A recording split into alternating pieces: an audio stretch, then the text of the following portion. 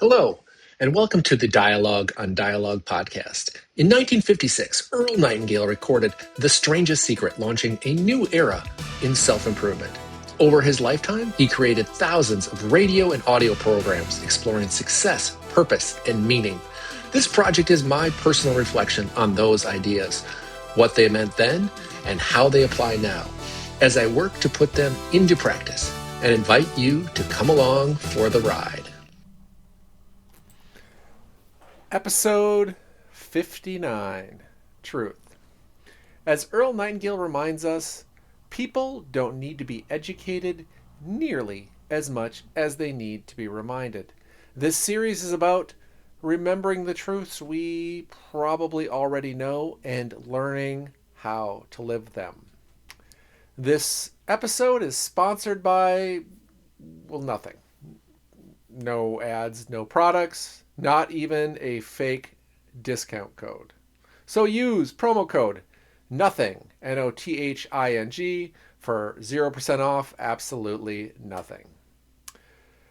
Today's episode is rich with imagery about truth and communication. Earl begins with what he calls the Boomerang Theory. Whatever we send out, honesty or dishonesty eventually returns to us. Some call this karma. The Bible puts it this way: as ye sow, so shall ye reap. Truth spoken returns with trust. Deception spoken returns with consequences. It's not mystical, it's rational. The world responds to what we put into it. That simple principle alone is enough to change how we speak, write, and act. Earl then asks a deceptively simple question. What is your normal reaction to a stranger?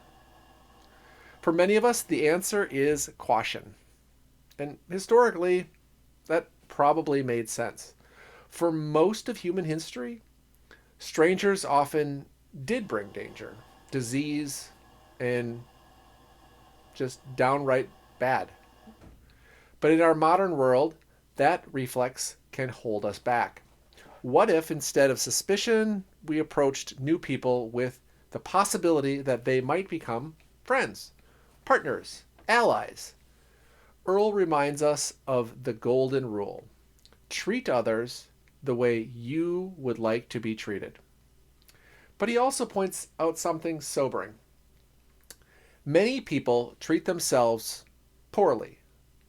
If we see ourselves as insignificant or broken, that internal image leaks outward into our relationships. Effective communication begins with how we see ourselves.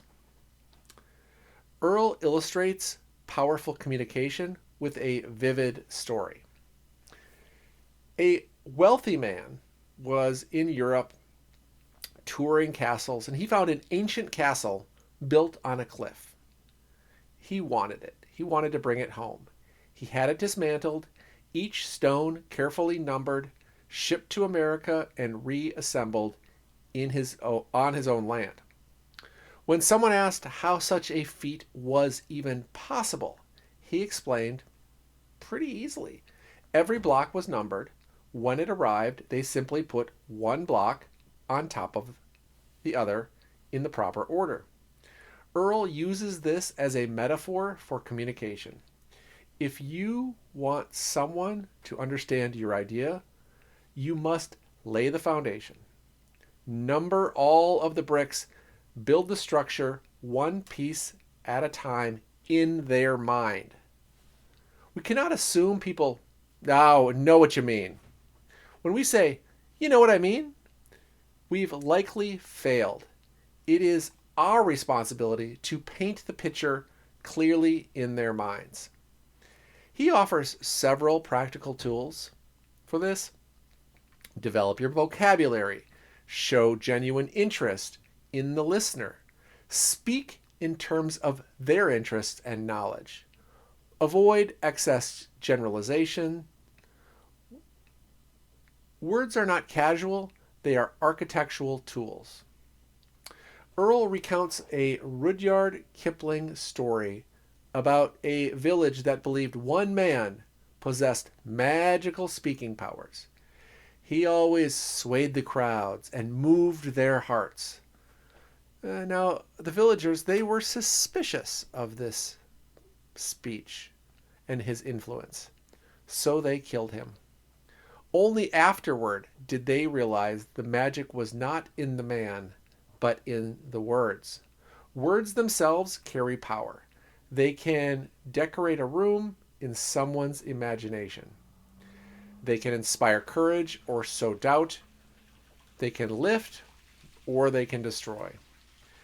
As Demosthenes said, as a vessel is known by the sound, whether it be cracked or not, so men are proved by their speeches, whether they are wise or foolish. Our speech reveals our depth.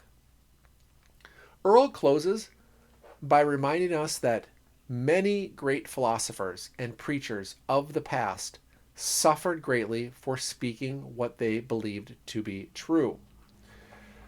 Their reward was not comfort, but conviction. They are remembered because they could not do otherwise. They were compelled to speak the truth as they saw it. Truth, even when costly, outlives comfort. Episode 59 leaves us with a clear reminder. What we send out returns.